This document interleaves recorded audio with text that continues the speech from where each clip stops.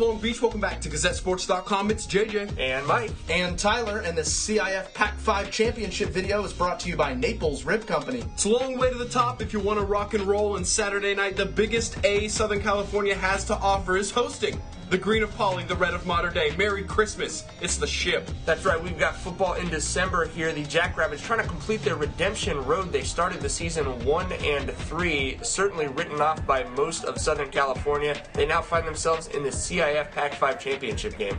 They are fired up and ready to go, representing their city of Long Beach. No one expected them to be in this game, but head coach Raul Lara knew that his team had the talent, if they stuck together, to make it to this spot. Green and gold taking the field, and Lara says, you're going to play these guys. And that is Bruce Rawlinson and the Mater Dei Monarchs. They missed the playoffs last year for the first time in a long time, but they are back in this game just like the Jackrabbits, bit unheralded. But they're a classic Mater Dei Monarchs team with guys like J.C. Genova, who play middle linebacker and running back. But Poly's got some playmakers too. Ty Tiedemann, certainly the quarterback, John Juju Smith. This is the fourth time these teams have met in the CIF Championship. They've gone 1-1-1 in the first three, so rubber match. It was the odd front for the Monarchs, very familiar. But for Poly, the wrinkle, it's the Wildcat/Wild Rabbit. The Jackrabbits have been pulling out something new in every game in these playoffs. It was the direct snaps to the running backs that were very effective with that speed. A great scheme, great blocking, that never hurts. That definitely hurts. Vincent Mendora just lays the lumber right there. That's unbelievable. So 2nd and 6 on this drive. Play action from Tiedemann to Juju? I mean, why not? 21-yard touchdown, get off me. Those are the kind of plays that the Jackrabbits were looking for when they went to the air. They wanted to run it, pound it, but when they went to the air, they wanted to pick up big chunks of yardage, and Team Juju loved that one. So it's the 5th start for junior Chase Forrest on these Monarchs. I mean, he hasn't started a lot of games, but he's played well in the playoffs. The run game gets stuffed early, though, and that's gonna be tough. That Poly wall has been effective against the run. Tried some short passes, not as effective. Run, Forrest, run. Ooh, I love you, Jayon. He's going to come in there and stuff that one. Poly's defense off to a great start, and look how late Mater Dei is shifting to that Poly adjustment. Certainly you don't want any uncertainty when going up against Poly's kind of running attack with a lot of misdirection, a lot of bodies in motion. Sure enough, Pop's out there, Mendora out there, Manu Samoa Luuga way out there. He is gone. 71-yard touchdown for the Warrior King. It is 14-0 Poly. Genova making cuts in the backfield, that's not what you want from your downfield runner. Raul Lara wanted his team to win the line of scrimmage. They did. Forrest to Little for a little, and then to Thomas Duarte, the big playmaker for the Monarchs, as Mater Dei getting their footing and starting to drive. Play action on 1st down. Lockett's wide open. Forrest just can't find him. They couldn't hook up right there. Obviously, they wish they could have that one back. Bruce Rawlinson still talking about that after the game. Juju, huge play at the end of the first. This defense was ready to go. Huge pass deflection right there. Shifts to try and confuse the Jackrabbits defense, but they did their homework. It was a lot of homework, but they did it, and they kept coming up with big play after big play. That one is Iman Marshall, the sophomore, makes them settle for a chip shot field goal. It's 14-3 Poly with 11 left in the first half. They're trying to kick away from the talent after these scores, but it's hard to kick away from the talent when you give it to the up man, and it's Biggie. They're everywhere, these D1 talented guys. Marshall's going to take it down the other way, and then Wicks bouncing it to the outside. When Poly direct snaps it to their running back, they're getting it to their playmakers. 2nd and 15, Tiedemann finding Tucker. Oh yeah, that's a 38-yard touchdown. I'm Tom Tucker for the Channel 6 News as we take a replay. What a beautiful ball. The junior Tiedemann, fantastic to start this game. That's a great play from him as he lets his skilled players get that money.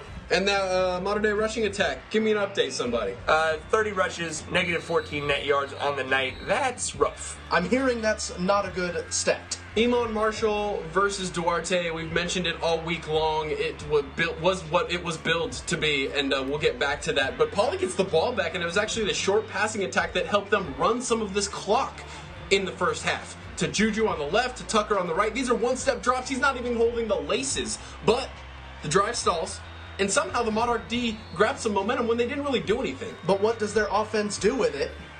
It's back to Marshall Duarte. And this round, goes to Duarte. What a throw by Forrest on the run, first of all. But second of all, how about the adjustment mid-air by 18? It's a Duarte partay for sure. Marshall can't quite catch up with that one. 3rd and 7, their own 35 seconds left. Forrest is going to find Little for a big 22-yard touchdown. All of a sudden, I mean, momentum is so hard to find in high school football games like this. But even though Poly's up 11, it's a big return. They take a shot here. It's the end of the half. Can I kick it? Yes, you can. What the heck happened on that play? The refs blew it dead, but when you look at it, after their conference, they realized, that's a kick right to the interception. Strange play. Monarchs take a knee. Jackrabbits up 21-10 at halftime, but who really has the momentum in this one right now? It was definitely difficult to say the Jackrabbits kind of dominated the first half, but just an 11-point lead, and the rain got really, really real in the second half. It's almost a negative to be behind the wheel. It's like when it first starts raining and you hit the freeway and it's all oily and slicky and somebody's going to make a mistake, You want somebody else to make a mistake. Well, Mater Dei starts the second half with the ball, and sure enough, oh my God, Matt Matai, that is not polite. And Jayon Brown, the fortuitous bounce, scoops and scores it. The big thump around the corner, he had the Louisville Slugger.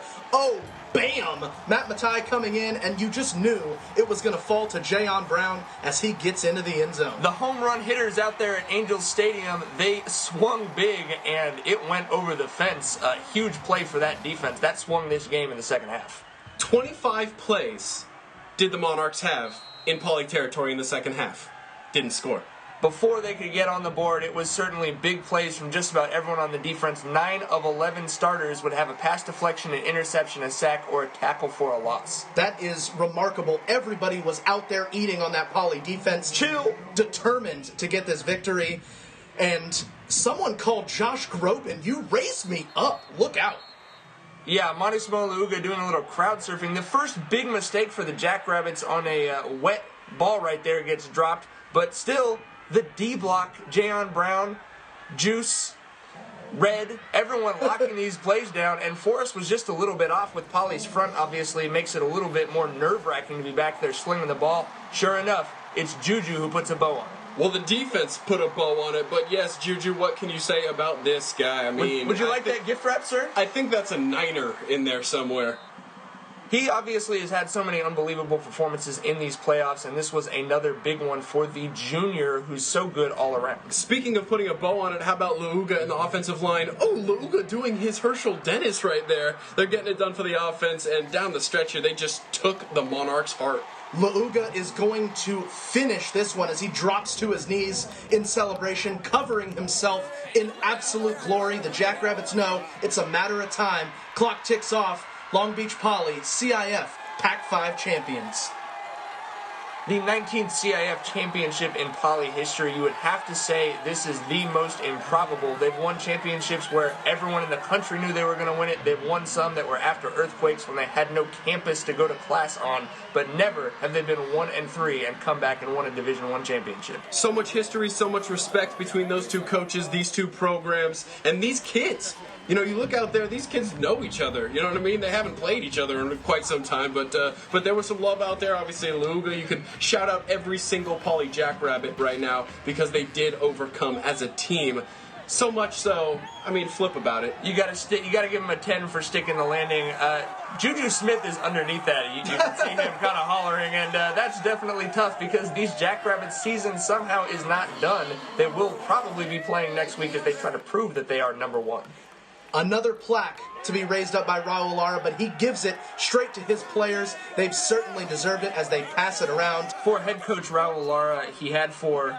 Now he's got 5. He's the first coach in Long Beach Poly history to win 5 championships. Obviously, this is a team that took their lumps this year, but they persevered, they banded together, and now they all get to kiss the trophy. If anybody ever tells you about a squad or a team that, maybe has fallen off a little bit, they don't have a chance to do anything. You tell them about the 2012 Poly Jackrabbits. This video brought to you in part by McCarty's Jewelry, here for you since 1932. A lot of people weren't here for the Poly Jackrabbits when they were going through their struggles, but GazetteSports.com has been there every step of the way. Jackrabbits aren't done walking. They move on to the State Regional Bowl. That's next week. For coverage of that game and everything else ahead for this historic Long Beach Poly football team, you keep it right here because we are Long Beach Sports.